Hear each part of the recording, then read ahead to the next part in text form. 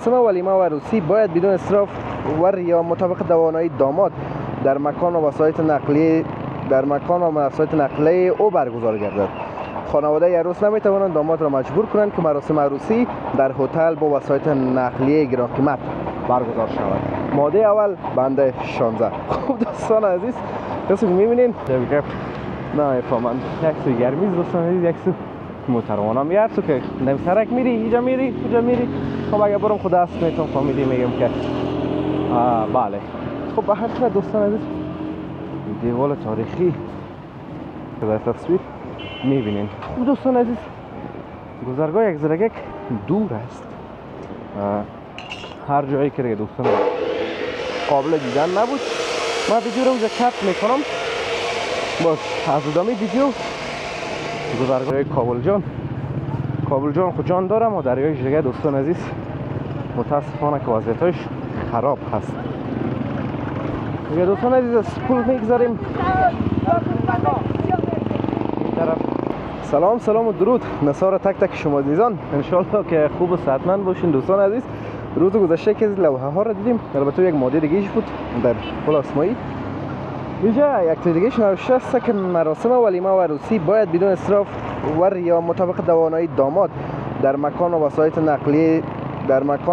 نقلیه او برگزار گردد.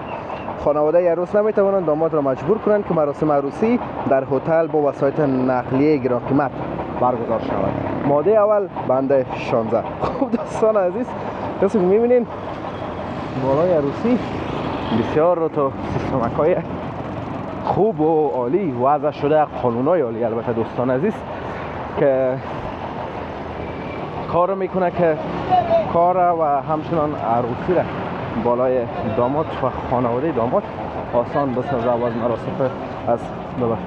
از مصارف گزاف جلوگیری شود. همچنان نمیاد 40 ستون نوبرجه میره میگم نه با سلام میکنم 40 ستون نوبرجه خب نه نه فهمم یک سو گرمیز دوستان عزیز، یک سو موتروانم یار سو که نمی سرک میری اینجا میری کجا میری. خب اگه برم خود است میتونم فامیلی میگم که بله. خب به هر صورت دوستان عزیز دیوال تاریخی کابل دوستان عزیز مشاهده میکنین که تاریخچه‌اش و هم حرفش دوستان عزیز بیان شده در ویدیوهای دیگه‌ای که در کانال ما منتشر شده در پلیلیست افغانستان 1001 داستان و بسیار از ویدیوهای دیگه‌ایش دوستان عزیز منتشر شده. تاریخچه‌اش همه حرفایش که شده دیوال ساخته شد چی قصه داره و چی نداره همش بیان شده که میتونین دوستان عزیز بیننده باشین اگر علاقه دارین به این موضوعات. خب دوستان عزیز لوحه را خواندیم بیخیمی چی میگن حرفای خود ما از یاد ما رفت.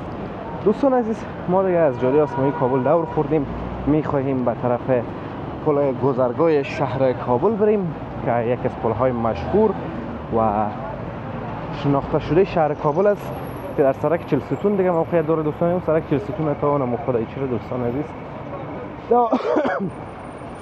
پل آسمایی را سرک 40 ستون میگن کلا دیگه دوستان عزیز و همچنان نزدیک باغ بابر شهر کابل است. برای دوستان عزیز خانه هایی است که در کوه ساخته شده و اعمار شده دیده میتونین و این طرف هم دوستان عزیز ما تو به پیش میریم. بعد از فروشگاه ها هستن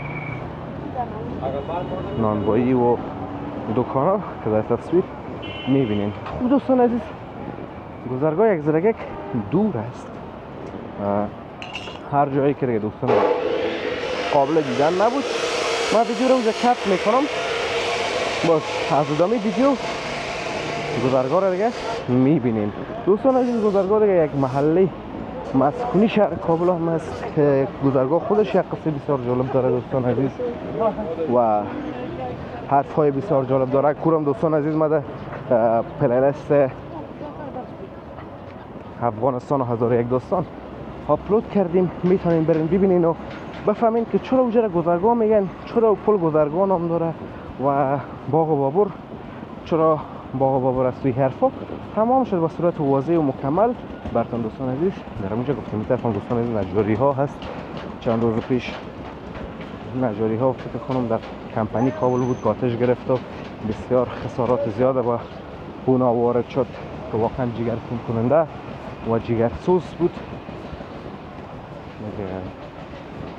دوستان عزیز، آتش چوب بسیار خوب میسوزانه، این را همگی میفهمیم و با نجاری ها هم کلن پهلو در پهلو در پهلو این آتش که یک پف کنه یا پکه شوه یا خصوصا هم وقت شمال باشه، یه چیزی که نجاری ها باشه دیگه مطمئنا که از بین میره. چرا دوستان عزیز در زرنج دیدیم که کچالو بادرنگ بود و این طرف هم دوستان عزیز دوباره نجاری ها هست. در پهلوی نجاری ها دوستان عزیز چوب فروشی ها و زغال فروشی هست.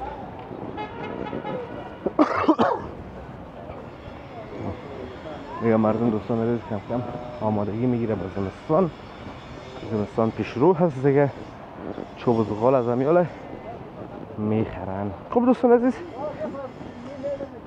نامو پیش میریم دیگه، همراه ما در ادامه ویدیو همراه باشین. خب دوستان نهایت گرامی، ما نزدیک پل گذرگاه شهر کابل هستیم. اینجا سر خوردیم با تپه توپچی. دوستان عزیز در قدیم ما میگه وقتی که ساعت نبود اینجا یک توپ بود و یک نفر بود به نام توپچی. دو توپ بود فکر کنم. زمانی که چاشت میشد در بازو یک توپ میدمید و صدای بسیار بلند داشت. وقت مردم افغانستان زمان به دو بخش تقسیم کرده بودن، یکی پیش از توپ بود، یکی بعد از توپ. شاید دوستان عزیز این بزرگا و روی سفیدا شنیده باشین که بعض اوقات میگن بعد از توپ است یا پیش از توپ، یک منظورشون همین بخش است. و اون طرف دوستان عزیز یکی از ساختمان‌های قدیمی است و بار اول است واقعا دوستان عزیز دیده و بس ببینم برام جالب بود.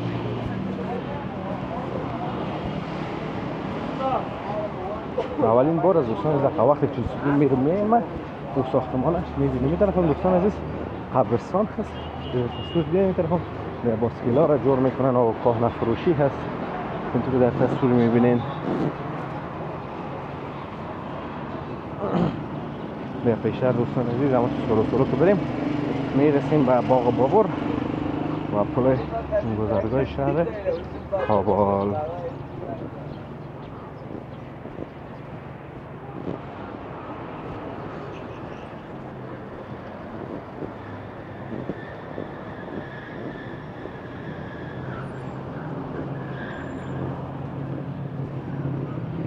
دوستان عزیز خانه های مسکونی هست.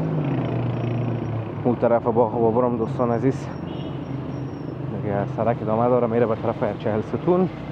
این طرف شام پشت کوه یکی از منطقه های مشهور بود. اسمش همین دقیقه دوستان عزیز در یادم بود، همین دقیقه زبان فرار کرد، از ذهنم فرار کرد دیگه.